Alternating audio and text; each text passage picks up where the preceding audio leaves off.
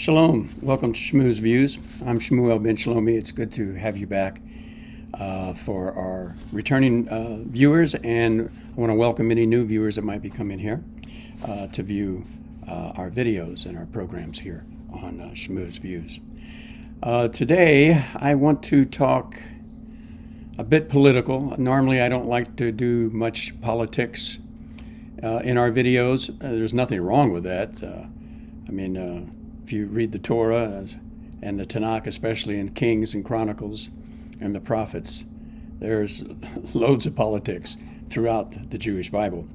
But I usually like to avoid that and stick mostly with the Torah and the laws and the spiritual aspect of Jewish life, our traditions, things like that. But there's some troubling things that are beginning to happen, not only in the United States of America, but throughout most of the world, it would seem. We have Russia invading Ukraine. We have China circling Taiwan. We have Iran up to its old nuclear tricks. Hamas and Hezbollah getting more bold against Israel. And of course, North Korea still testing missiles with nuclear warheads. So aside from that, we have problems right here in the United States, where I currently reside. A lot of talk lately about civil war in the United States.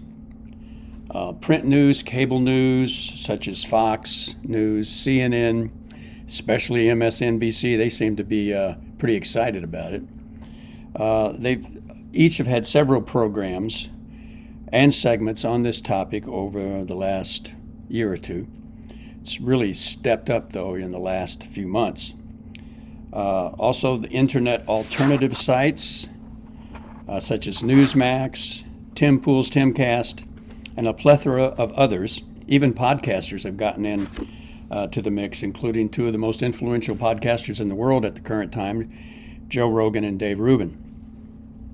Except for the most radical viewpoints from those on the extreme left and right, the whole idea that we are that America is heading for its second shooting civil war is given the kind of coverage it should.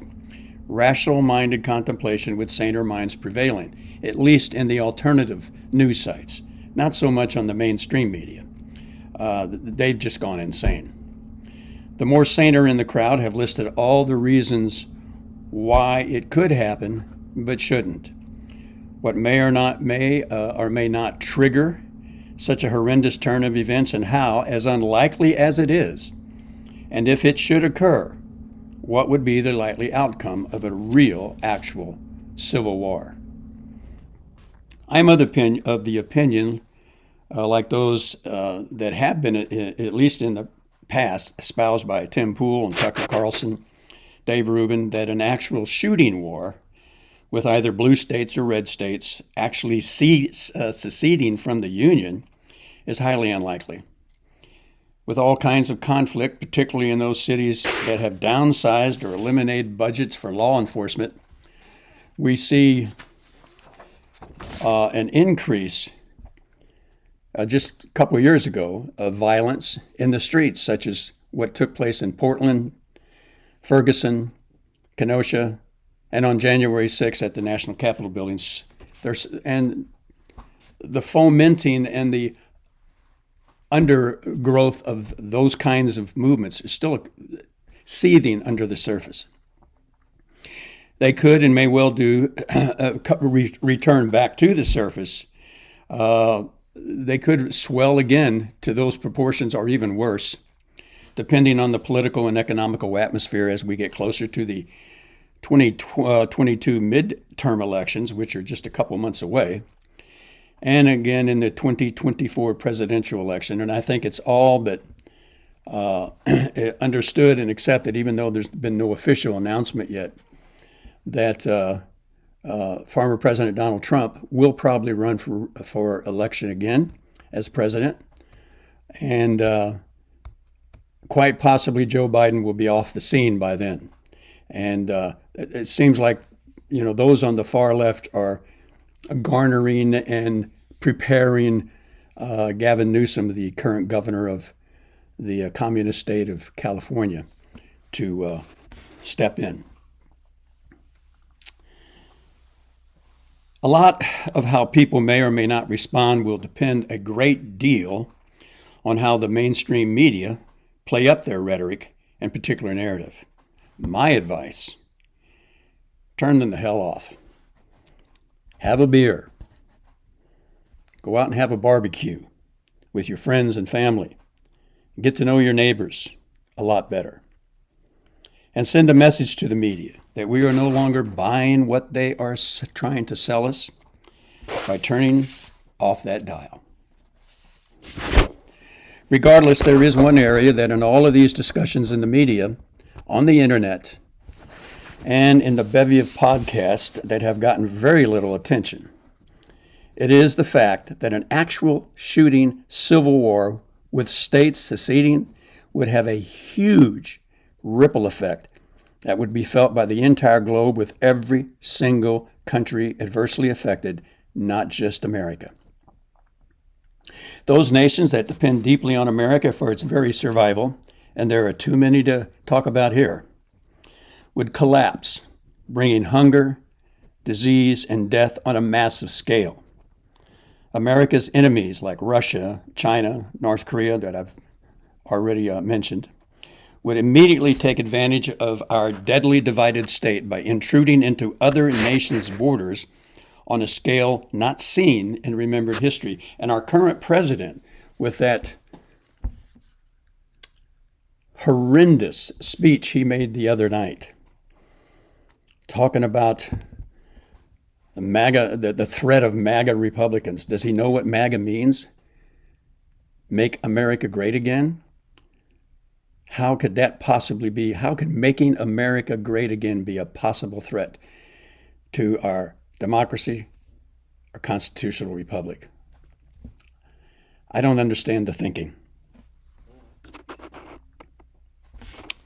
If we become divided, worse than we currently are, and we are divided in this nation in a way maybe not seen since the 1800s.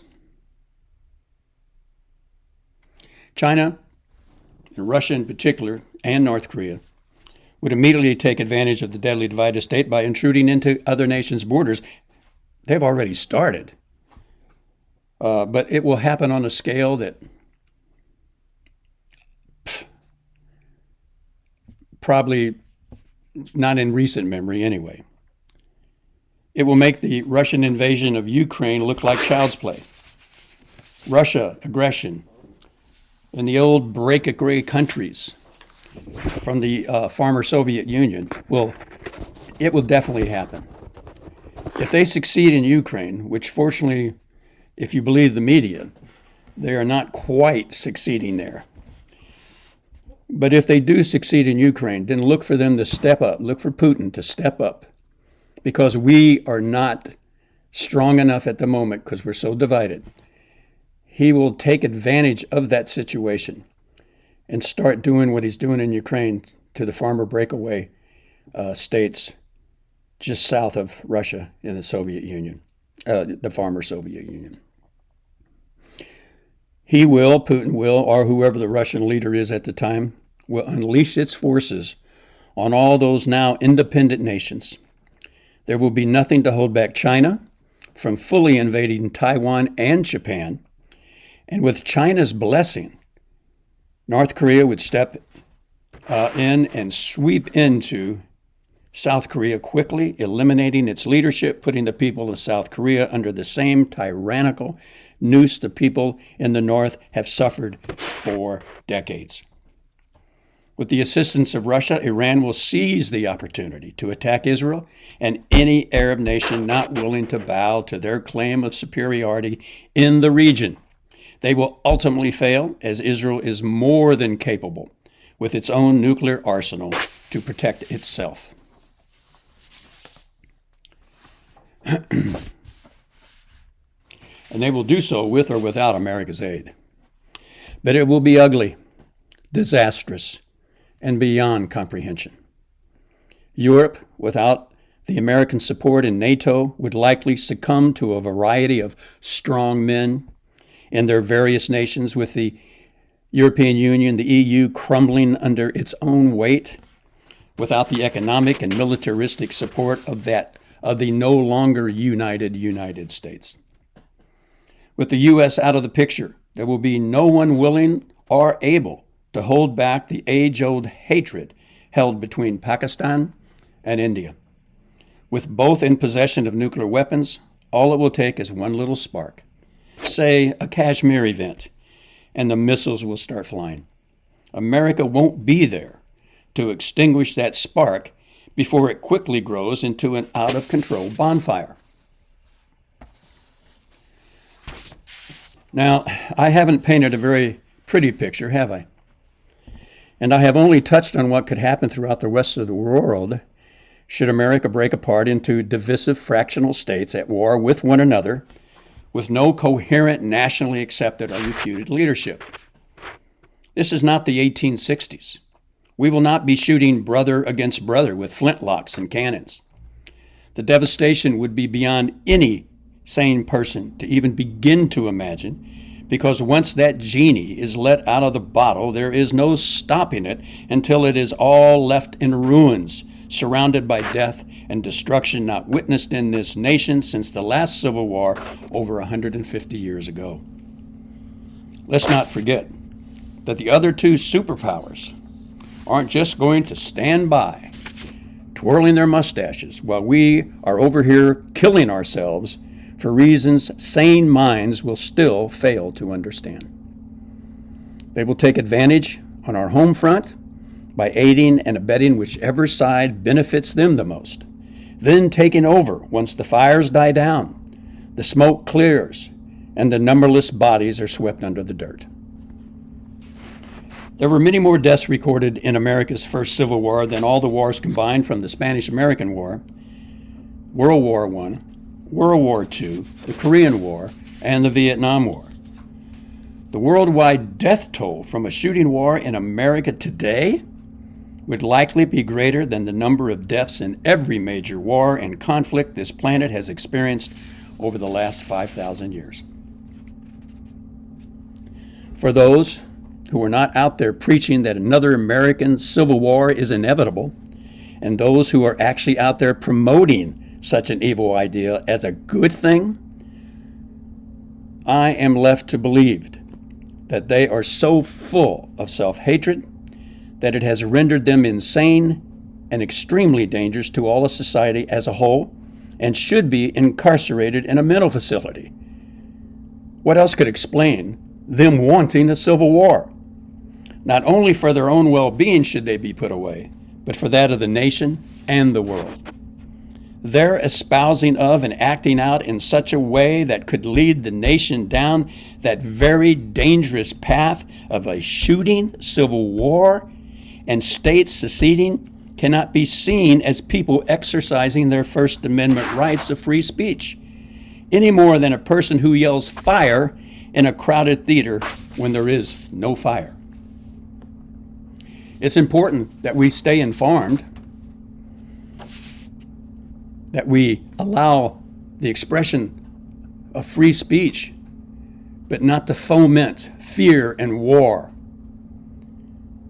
Do we differ politically, racially, and religiously in the United States of America? You're damn right we do.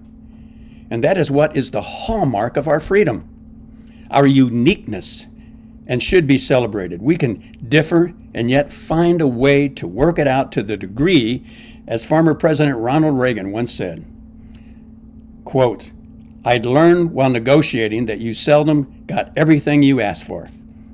When asked how he could handle that, he reminded the reporter that, well, neither did the other side. In other words, a successful working out of differences is when both parties or sides walk away with something they wanted and learn to be content with what they both had to give up for now. That is how a successful constitutional Republican democracy is supposed to work, And as long as it does, civil war will remain the wet dream of the insane and anarchist, where it needs to stay locked away forever. Let us learn from our past, or we are doomed to repeat it. Until next time, I'm going to wish you all a wonderful day.